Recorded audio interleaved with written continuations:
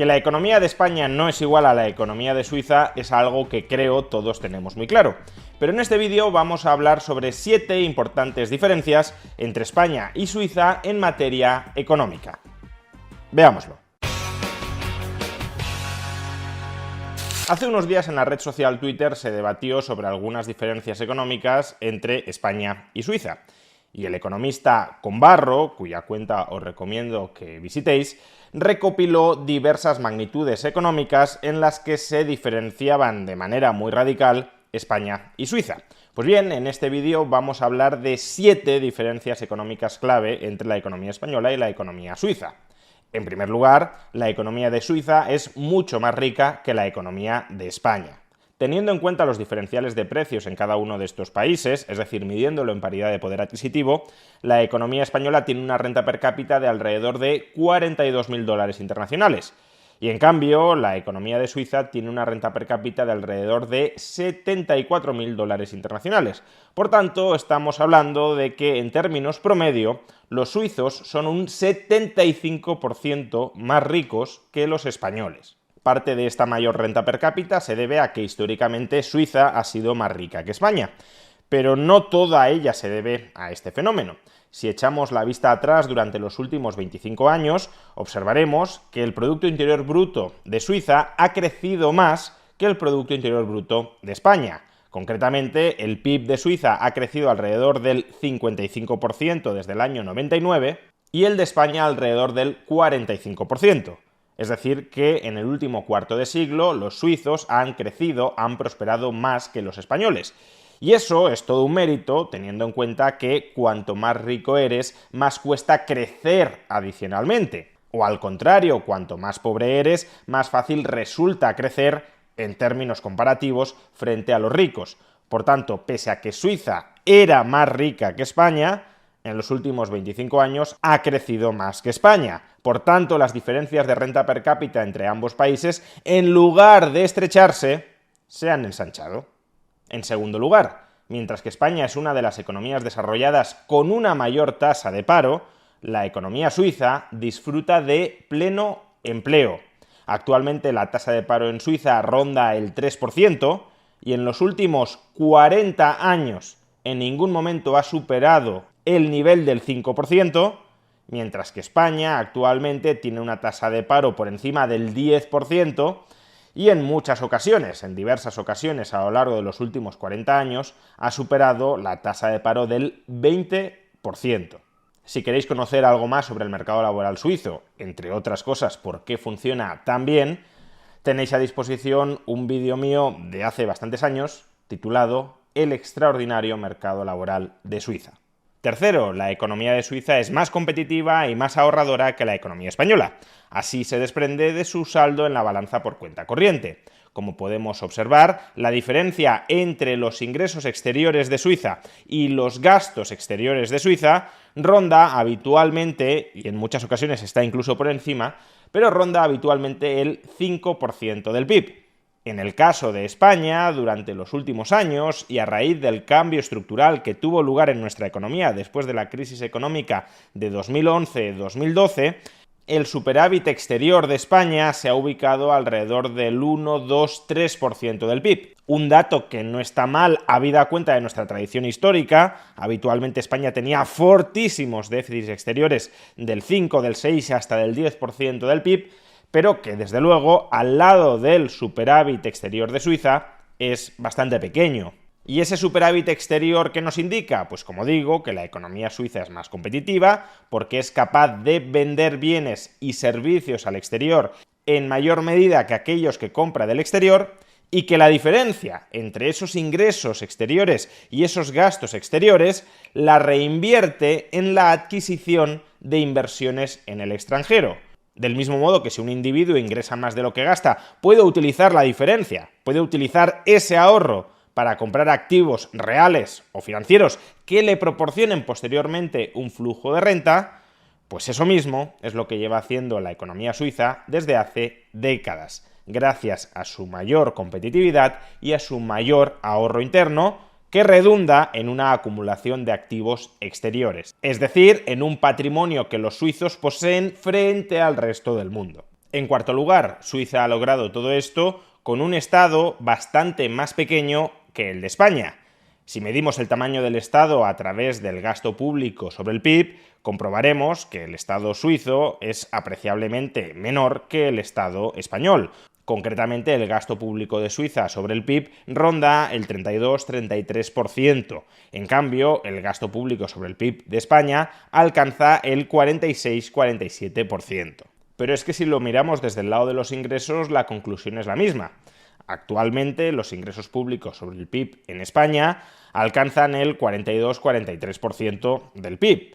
En cambio, en Suiza se ubican en torno al 33-34%.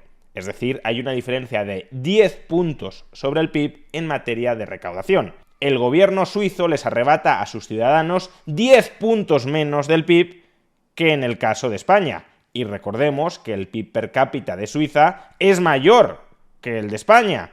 De tal manera que en términos promedio un ciudadano suizo no solo disfruta de una renta per cápita mayor que la de un ciudadano español, sino que además el Estado también le quita bastante menos dinero de esa mayor renta per cápita. Por tanto, la renta per cápita después de impuestos de un español es muchísimo más pequeña que la de un ciudadano de Suiza.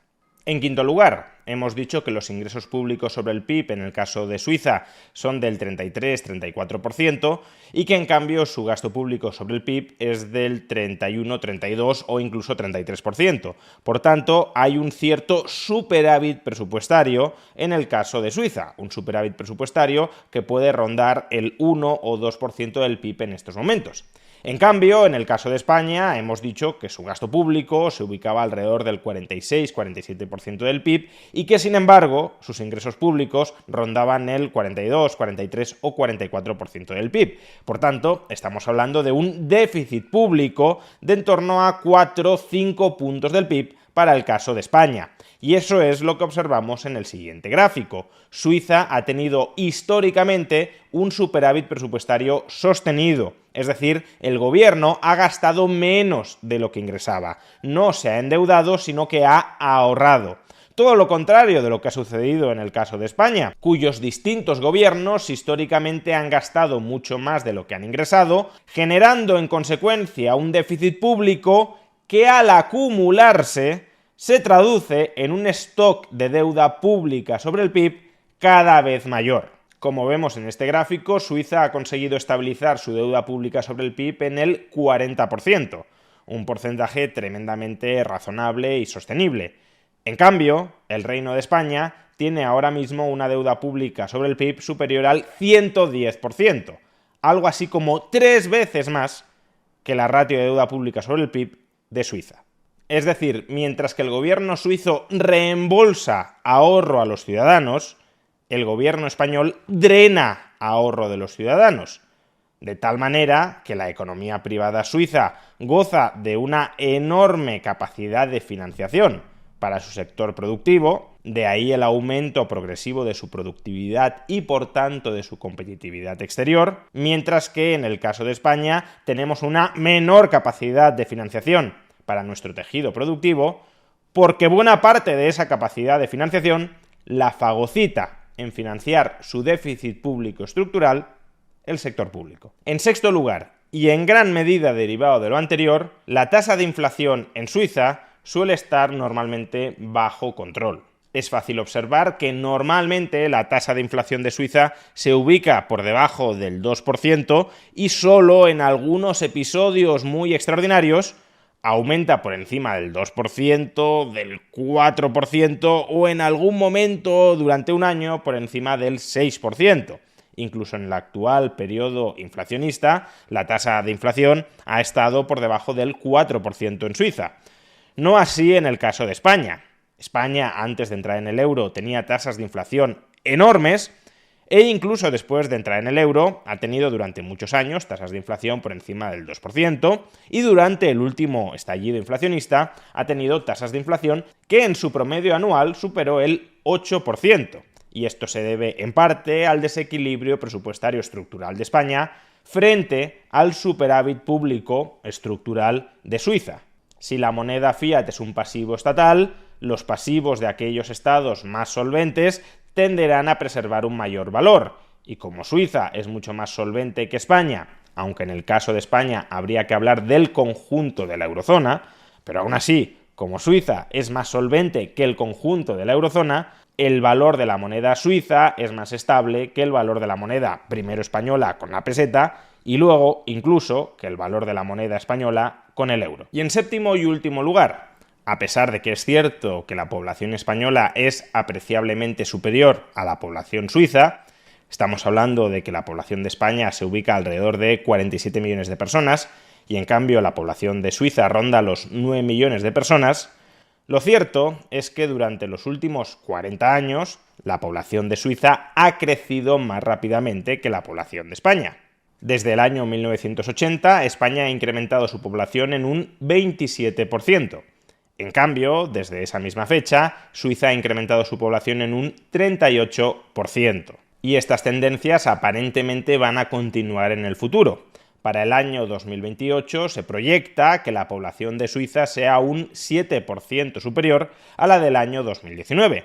En cambio, en el caso de España, se proyecta que solo será un 3% superior. Más riqueza, menos paro, menos gasto público, menos impuestos, menos deuda pública, más competitividad exterior, más ahorro exterior, menos inflación y más crecimiento poblacional. Ojalá España tuviera la ambición de parecerse a Suiza durante los próximos 50 años, en lugar de querer parecerse a la Argentina de los últimos 50 años.